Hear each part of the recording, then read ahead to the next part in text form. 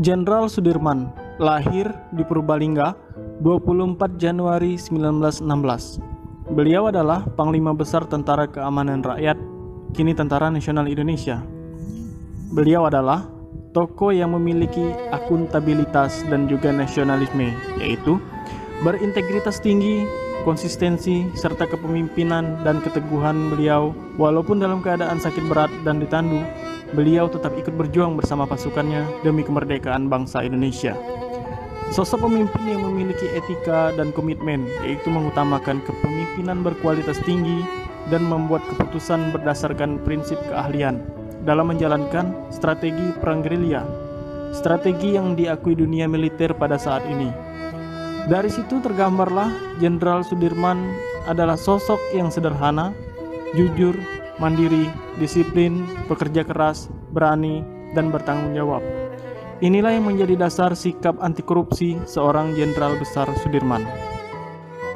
Assalamualaikum warahmatullahi wabarakatuh. Perkenalkan, nama saya Feby Devina. Saya akan menjelaskan tentang biografi Raden Ajeng Kartini. Raden Ajeng Kartini lahir pada tanggal 21 April 1879 di Jepara. Raden Ajeng Kartini adalah sosok tokoh Jawa dan pahlawan nasional Indonesia. Kartini dikenal sebagai pelopor kebangkitan perempuan pribumi Nusantara. Beliau adalah sosok wanita tangguh yang sangat dikagumi oleh seluruh Indonesia. Saya Preni Delvina, sekian dan terima kasih. Haji Agus Salim. Haji Agus Salim adalah one of best diplomat terbaik yang pernah Indonesia miliki.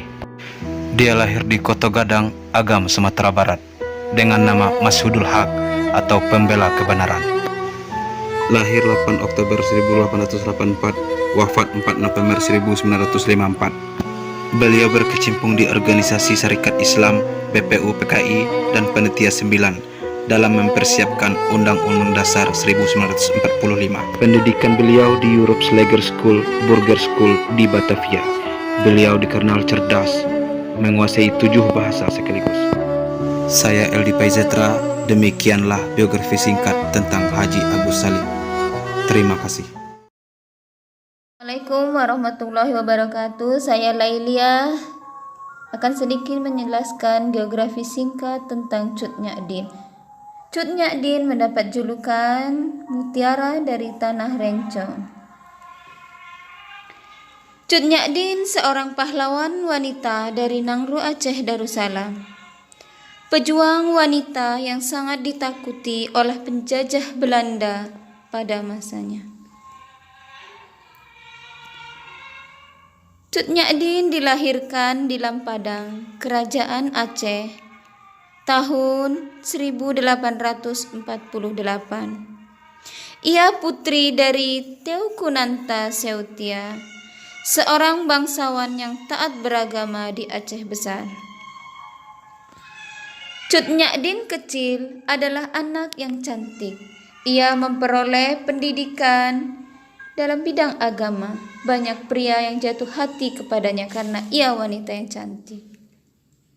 Ki Hajar Dewantara lahir di Yogyakarta 2 Mei 1889. Dia lahir dengan nama Raden Maswardi Surioningrat. Beliau mempunyai jiwa nasionalisme yang sangat tinggi, terutama di bidang pendidikan. Ini terbukti dengan beliau mendirikan perguruan taman siswa pada 3 Juli 1992. Perguruan ini sangat menekankan pendidikan rasa kebangsaan kepada peserta didik agar mencintai bangsa dan tanah airnya serta berjuang untuk memperoleh kemerdekaan. Berkat jasa dan keteguhan hatinya untuk memperjuangkan nasionalisme Indonesia lewat pendidikan, Ki Hajar Dewantara kemudian mendapat gelar Dr. Honoris Causa dari Universitas Gadjah Mada. Sultan Hasanuddin lahir di Makassar pada 12 Januari 1631. Dia lahir dari pasangan Sultan Malikus Said, Sultan Goa ke-15. Jiwa kepemimpinannya sudah menonjol sejak kecil. Selain dikenal sebagai sosok yang cerdas, dia juga pandai berdagang. Karena itulah dia memiliki jaringan dagang yang bagus hingga Makassar.